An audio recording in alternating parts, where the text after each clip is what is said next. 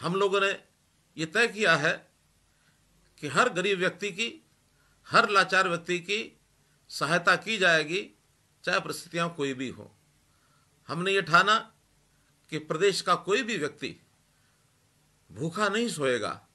हर व्यक्ति को 2 समय के भोजन की ये जरूर हम चिंता करेंगे।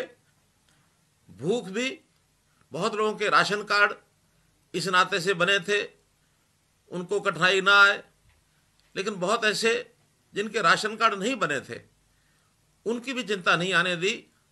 हमने भूख में अंतर नहीं किया और इस प्रकार से सबकी सहायता की।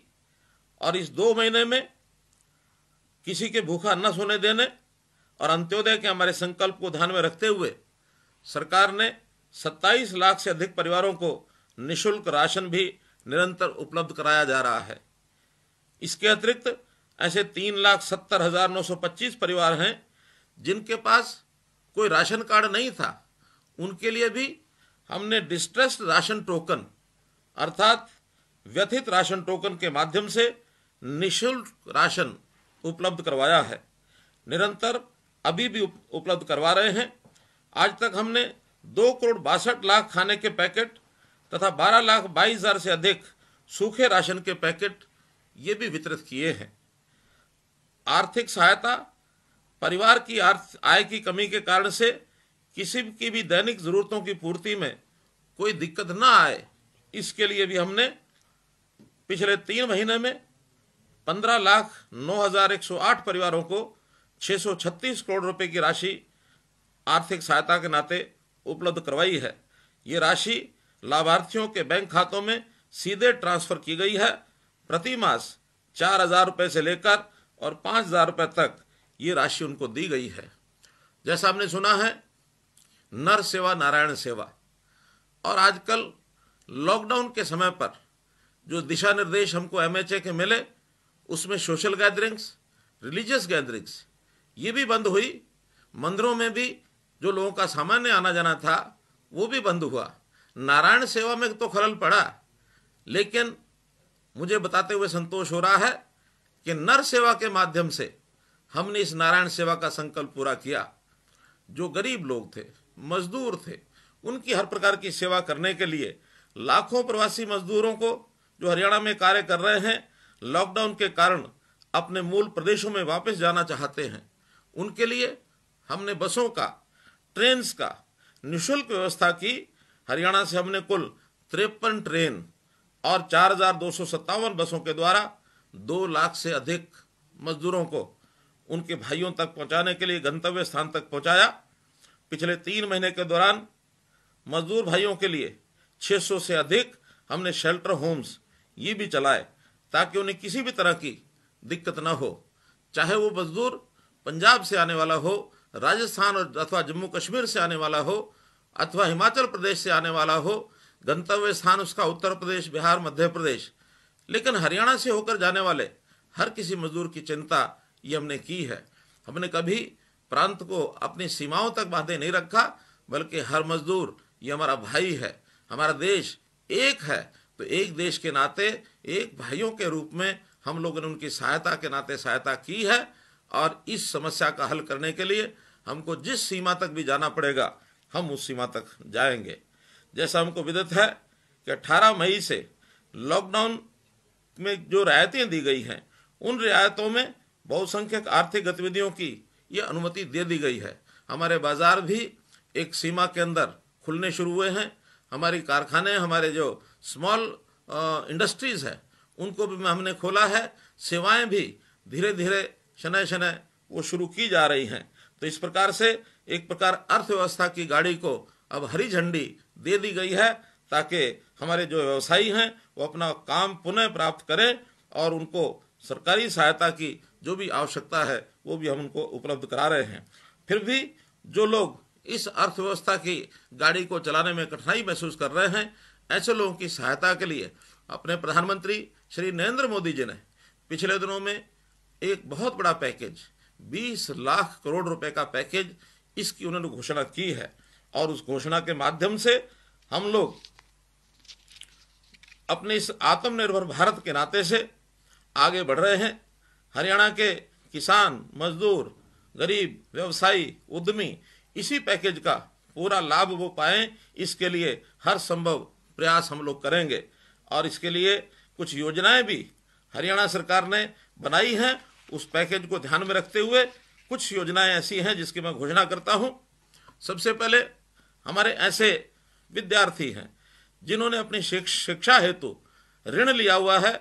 ऐसे सभी विद्यार्थी जो इस वर्ष अपनी शिक्षा पूर्ण करने वाले हैं अथवा जिन्होंने पहले लोन लिया है, अभी तक अपना व्यवसाय शुरू नहीं कर पाए हैं, अर्थात बैंकों में अपनी मूल राशि की वापसी उन्होंने अभी शुरू नहीं की है, ऐसे सब विद्यार्थियों के शिक्षा ऋण के लिए जो उनका ब्याज दिया जाता है, 3 महीने के इस ब्याज का भुगतान हरियाणा सरकार करेगी। इसमें लगभग 36,000 विद्यार्थी लाभान्वित होंगे और लगभग 40 करोड़ रुपए का लाभ ये उनको पहुंचेगा। इसी प्रकार प्रधानमंत्री जी द्वारा घोषित किए गए जो मुद्रा लोन है उसमें भी शिशु लोन इस नाते से एक बहुत बड़ी राशि की जो घोषणा की गई है, उसमें शिशु योजना में 50,000 रुपए तक के लोन की राशि इसको बैंकों के द्वारा उपलब्ध कराया जाएगा। इस ऋण के लिए कोई कोलेट्रल ये नहीं लिया जाएगा और लगभग 5 लाख लोगों को 50,000 रुपए की कुल ऋण राशि ये हरियाणा सरकार बैंकों के माध्यम से उपलब्ध कराएगी। इस राशि के लिए 2% का ऋण, इसके ऊपर ब्याज, उसका माफी जो है केंद्र सरकार की ओर से है। हमने ये तय किया है कि केंद्र सरकार के 2% के इस ब्याज की सहायता के साथ साथ हरियाणा भी अपनी ओर से 2% की जो ऋण के ऊपर राशि, इस ब्याज की राशि की सहायता हरियाणा की ओर से की जाएगी। इस प्रकार से इस ऋण पर कुल 4% की राशि का ये लाभ हो जाएगा। इसी प्रकार से हमारे जो गरीब बंधु जो छोटा मोटा धंधा शुरू करना चाहते हैं, उनके लिए बैंकों के पास DRI की योजना है, डिफरेंशियल रेट ऑफ इंटरेस्ट। इसमें 15,000 रुपए तक का ऋण ये इन लोगों को मिलता है। 4% की ब्याज की राशि होती है। 4% की उसमें ब्याज की राशि में से 2% ब्याज की राशि हरियाणा प्रदेश देगा और इस ऋण को भी बैंकों के माध्यम से 3 लाख लोगों को उपलब्ध कराया जाएगा। इसका भी जो गरीब लोग हैं अपना छोटा मोटा जो काम है, बिजनेस है, उसको वो शुरू कर सकेंगे। व्यवसायों को पुनः प्रारंभ करने के लिए बैंकों के ऊपर एक बहुत बड़ा दायित्व होता है। हमने देखा है कि बैंक ऋण लेने के लिए आवेदकों को विभिन्न समस्याओं का सामना करना पड़ता है। पिछले 3 महीने में सरकार द्वारा आम आदमी तक मदद पहुंचाने के लिए ई-गवर्नेंस का व्यापक इस्तेमाल किया है। हम इस ई-गवर्नेंस को बैंकों के साथ आम आदमी को जोड़ने के लिए इसका भी उपयोग करेंगे और इसके लिए हम एक विशेष पोर्टल बनाने जा रहे हैं।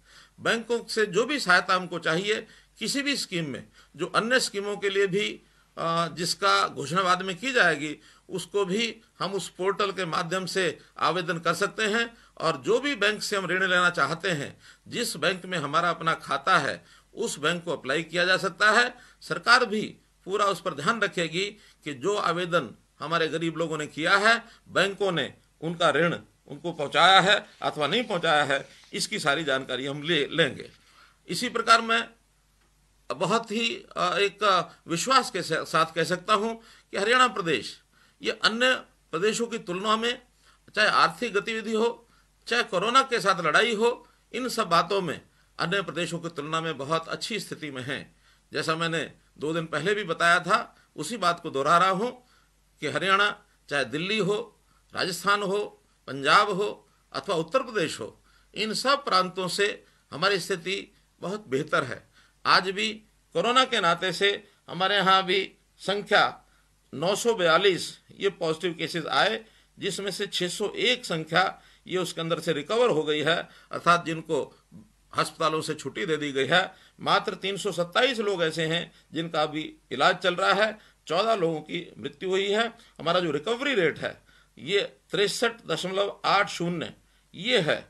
और हमारे जो टेस्ट है पर मिलियन टेस्ट, यह भी बहुत अच्छी एक संख्या में 3,220 टेस्ट हमारे प्रति 10 लाख ये हो गए हैं, जो बहुत से प्रांतों से ये ऊपर हैं। यहाँ का जो हमारा डबलिंग रेट है, अर्थात ये भी एक पैमाना रहता है देश और दुनिया में कि कहाँ पॉजिटिव केस कितने आ रहे हैं। डबलिंग रेट हमारा 15 दिनों के बाद हो गया है। 15 दिन पहले जितने केस थे उससे आज डबल हैं। जो हमारे देश का जो डबलिंग रेट है वो इससे कम है। दुनिया में तो ये डबलिंग रेट बहुत ही कम है। इस नाते से हम अच्छी स्थिति में हैं।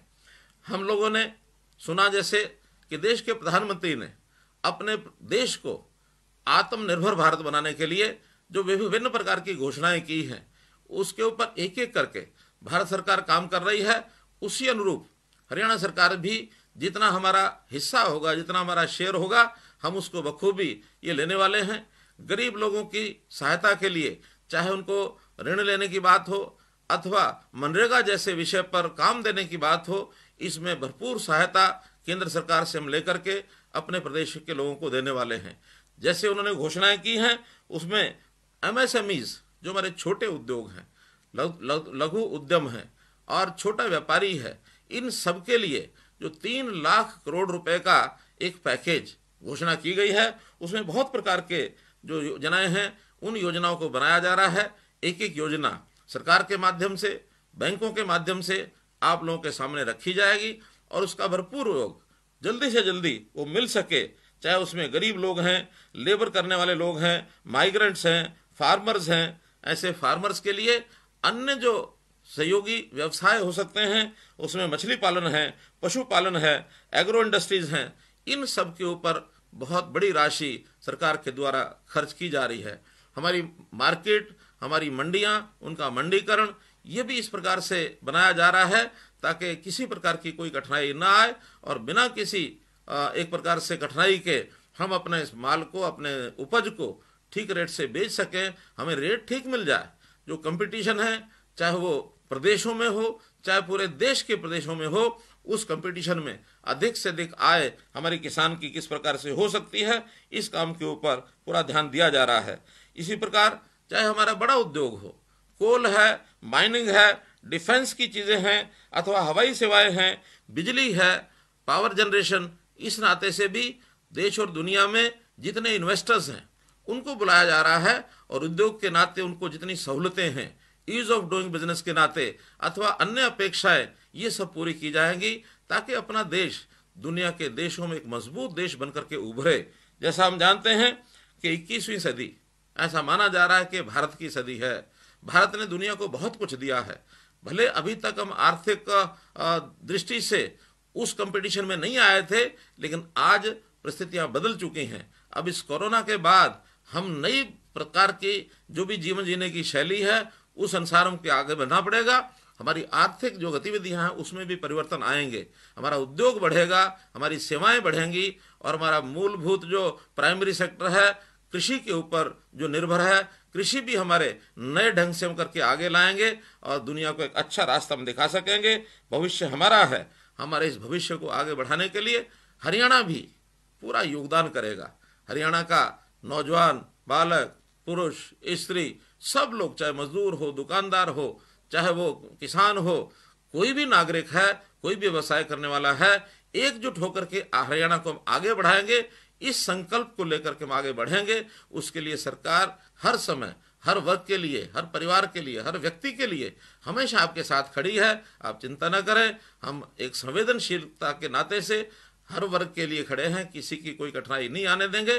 पिछले दिनों में जो हमने परिवर्तन किए हैं, जो रिफॉर्म्स किए हैं, ऐसे रिफॉर्म्स भी समाज के हर वर्ग को सहूलत देने के लिए किए हैं। जो आज तक की कठिनाइयां लोगों को आती थी, उन कठिनाइयों को कैसे दूर किया जाए, एक एक कठिनाई के ऊपर हम विचार कर रहे हैं। और उस रिफॉर्म्स का सबसे बढ़िया समय ये कोरोना का समय हमको ध्यान में आया ताकि हम एक स्थान पर रह करके भी अपने सारे एडमिनिस्ट्रेशन को, सारे शासन व्यवस्था को चुस्त दुरुस्त कर सकें। इसके लिए बहुत काम हमने किए हैं। एक एक योजना आपके सामने आएगी। आने वाले दिनों में और भी कई योजनाएं आएंगी। निश्चित रूप से इन सबको समझ करके, लागू करके हम उसका लाभ उठाएंगे, ऐसा मेरा विश्वास है। हरियाणा निश्चित रूप से आगे बढ़ेगा। हरियाणा से कोरोना हारेगा, भारत से भागेगा। यही निवेदन करते हुए आपका बहुत बहुत धन्यवाद, बहुत बहुत आभार।